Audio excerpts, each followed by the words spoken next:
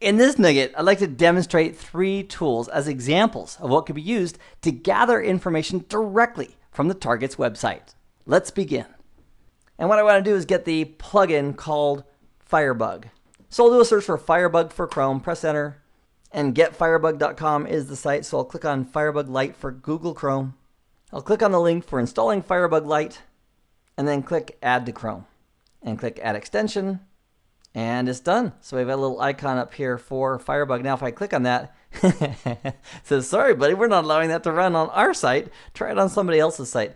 So let's go out to www.hackthisSite.org, press enter. And then here at hackthisSite.org, we'll click on the little icon for Firebug, and it brings us a separate menu down here. So for example, if we want to take a look at the details for the HTML, we can go ahead and expand and look at the details. So we can use that as one of our tools to gather more and make it easier to see more details and information about the customer's website or about the target's website. We'll get into more of what we might do with some of this content as the nuggets progress. Another great tool that we can use to extract data from a website is called the Web Data Extractor. So here in Windows 10, we'll open up Chrome and we'll just do a quick Google search for Web Data Extractor. So with Web Data Extractor in the Google search, we've got some ads. Let me go ahead and I'm going to scroll down until I see the right site, which is right here, www.webextractor.com. So we're going to go ahead and grab that one. Everybody above that is simply advertisement. So we'll grab the actual site itself.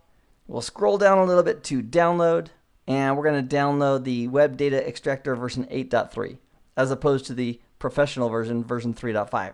So we'll go ahead and download it. It's also handy in a lab environment to have a virtual machine so that if we really mess something up terribly, we can reset it back if we kept a snapshot to a previous state. So that's downloaded. We'll go ahead and we'll run it. Click on Run. Click on Next. We'll accept the terms of the license agreement. Click on Next.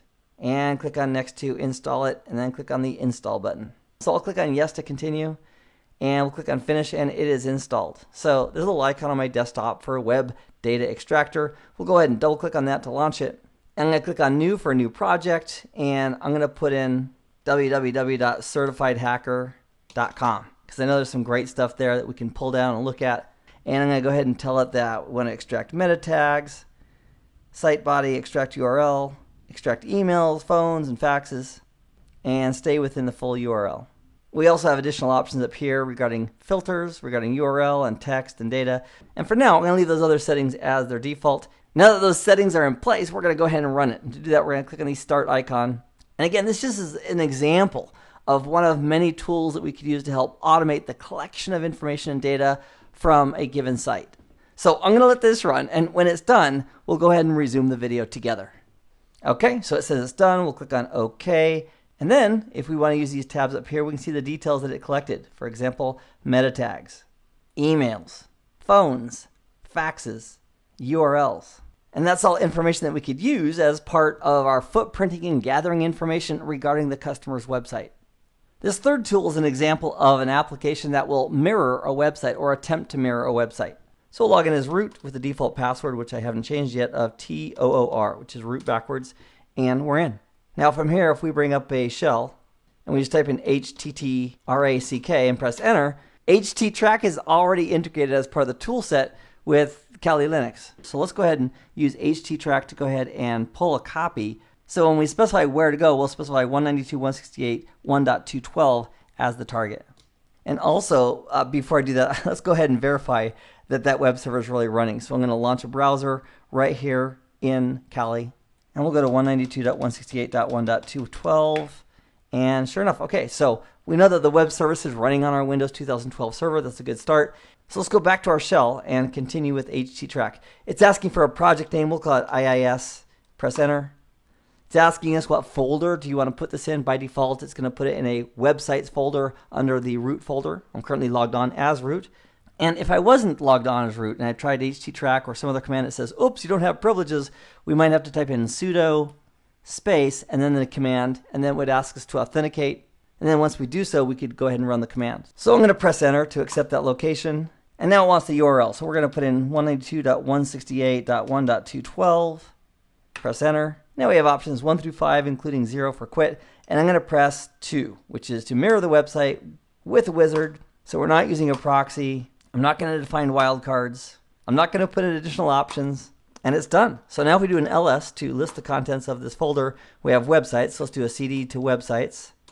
And now if we do an ls, we've got a folder called IIS. And if we change to that folder with the cd IIS and press enter and do an ls, there's the initial contents, including the index.html for the mirrored website that is now sitting on the local hard drive of this Kali Linux box. Now, in the event httrack was not installed, you could use apt-get space install httраck and press enter, and that could very easily install it for you. There's also a web version of httrack that we can do on Linux, and to get that, we can type in apt-get web httrack and press enter. And I was so excited I forgot to put the word install. We'll do that now. So apt-get install web httrack and press enter. I'm going to say yes, I want to continue, and that will install the web version of it right here on this Kali Linux box. So now to launch it, we just type in web httrack, press enter. That'll spawn a new window, and then we can run it from here. So we can specify our language. We can enter a new project name, like IIS again.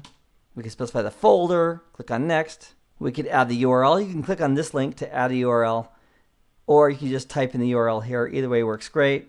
And we also have the ability to set options as well by clicking the set options. So we can set additional options here if we need to or want to. We have the same options in the Windows flavor, which we'll show you here in a moment.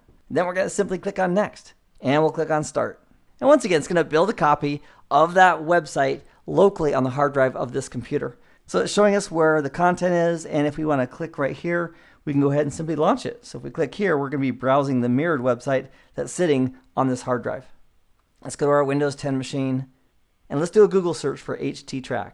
And there is httrack.com. That is actually where we want to go. That's great. And we'll go ahead and click on the download section, and we'll download the 64-bit version of it. With that downloaded, we'll go ahead and run it. And we'll click on run, click on yes, click on next, accept everything, and we'll click on finish. It'll automatically launch it for us. It's automatically gone to file, and it started a new project for us based on the install finishing. And we'll click on next, and let's call this web copy example. And we'll click on next. We'll put in the URL. Let's use www.hackthisSite.org. And then here we have set options. So if we want to set up limits, for example, how many bytes per second we want to do, or the maximum number of connections, or the maximum number of links, we can put those in here as well. I'm going to leave for now all those at their default. Click on next, click on finish, and then it's going to run through and actually copy everything it can down locally to this computer. In this case, it's the Windows 10, but it's the same logical concept. Whether we're doing it on a Linux box or we're launching the tool from a Windows computer, we're downloading the website locally so we have more time to look at and analyze the website and its details without having to go out directly to that website every single time. In this nugget, we demonstrated some tools against the target website, including Firebug, Web Data Extractor, and httrack, as examples of tools that we could use to get information from the customer's website that we can use as part of the footprinting process. I hope this has been informative for you, and I'd like to thank you for viewing.